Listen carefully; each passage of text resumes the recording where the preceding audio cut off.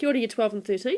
This little video is based on New Lake, not Delta, and it looks at a little bit of algebra that sometimes students forget from Year 12. Okay, so we're looking at how to solve equations that are in this form. So back to algebraic fractions from Year 11. So the basic idea is to multiply both sides by the denominator, which you probably call cross multiplying. Okay, so we've got 4x plus 9 is equal to x plus 2 times x minus 5. Right, remember there are invisible brackets always around here, right, and that's done by the fractions line.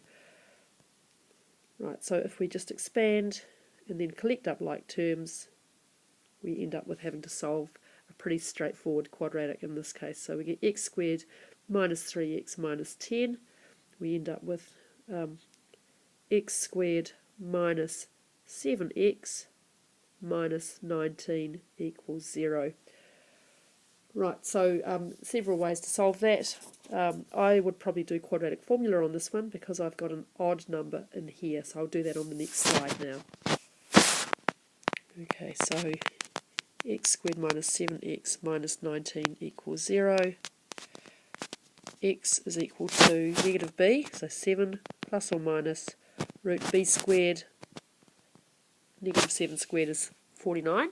49 minus 4ac, so that becomes plus 76, divided by 2.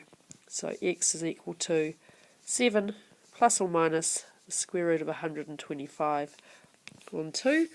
There's a perfect square lurking in there, so we need to get that out. So 7 plus or minus 5 root 5, 5 25s are 125 over 2. Right, so a nicer way to write that is equals 7 on 2 plus 5 root 5 on 2, or 7 on 2 minus 5 root 5 on 2. If you'd like to reach for your graphics calculator and figure that out approximately, that's fine as well, and that's what New Lake usually does.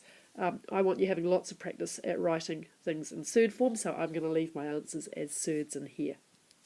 Right, next one, very, very similar, nothing to be freaked out by. So we've got 4x minus 1 times x minus 5 is equal to x plus 3 times 2x minus 3. So expand both sides of the equation. 4x squared minus x, let's see, minus 21x plus 5 is equal to 2x squared plus 6x minus 3x gives me plus 3x minus 9. Now collect up like terms. 2x squared minus 24x plus 14 equals 0. Right, don't do anything until you have had a quick look and spotted that common factor of 2. So divide through by that. X squared minus 12x plus 7 equals 0. This one is one where I would do completing the square. I'm making that judgment because that's an even number, so it's very, very easy to complete the square on this. Okay, but you may have a different opinion, that's totally fine. But I'll do it like this. X minus 6 squared, take out the 36 that I've added in.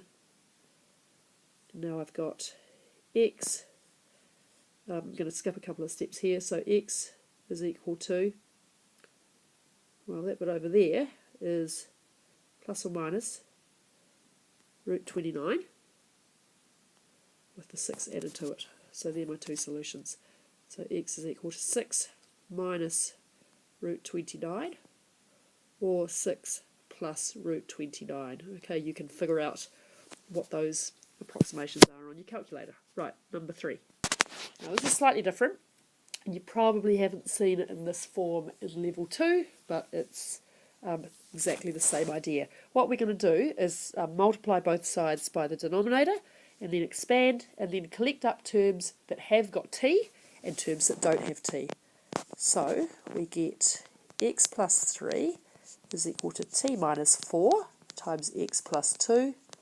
Expand out the right hand side, tx minus 4x plus 2t minus 8. Right, just take a look, and I'm going to put everything that's got a t, I'm going to leave on the right hand side over here. So x plus 3 plus 4x plus 8, so that's that one and that one, they've been added to both sides, is equal to t times x plus 2. So I'm factorising the t with what I've got left on this side. If you want to do that in 2 steps, that's fine. So over here, 5x plus 11 is equal to t times x plus 2.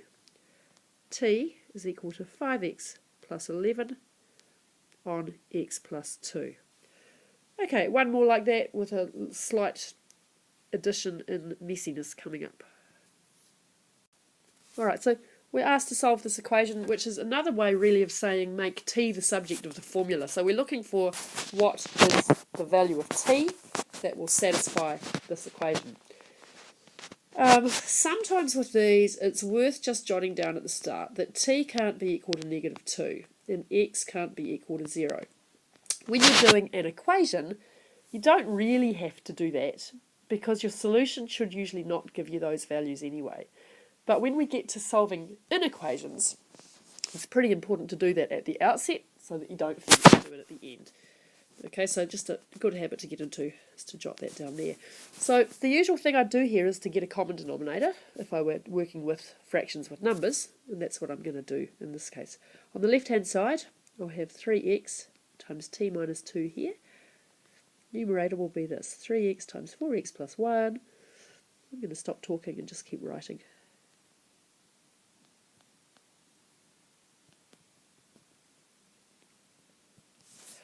Okay, so if you look at that, it looks like if you start cross-multiplying again, you're going to end up with a cubic here. But actually, we can multiply both sides by x without ruining anything. And that's going to make it a bit easier. So if we multiply both sides by x, the x's effectively vanish. And we're left with, I'll put this line in just this one time.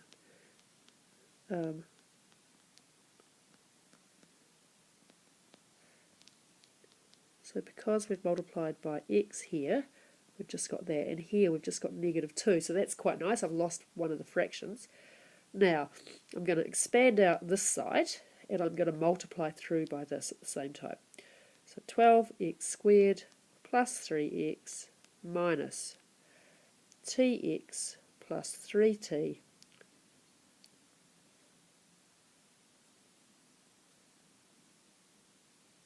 here I'm going to have negative 6 times t minus 2. Right, and I'm back to the same kind of thing as before. I want to collect up all of the terms with t and do a bit of cleaning up. So 12x squared plus 5x, right, so that's the plus 3x and the plus 2x,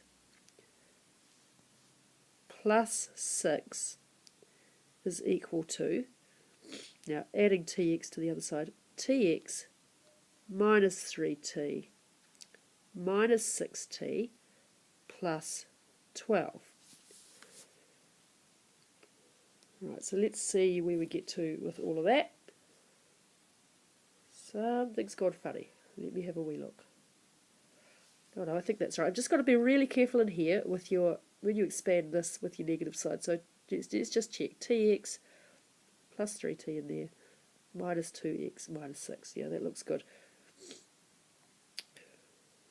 Okay. Right, so I need to go to a new slide, or maybe I can just erase the top bit up here. Okay, so I'll just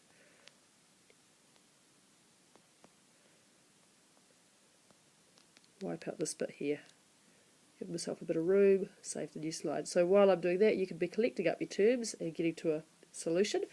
So what you should find is that we're going to take over this 12 back over to the other side. So I get 12x squared plus 5x minus 6 is equal to t times x minus 9.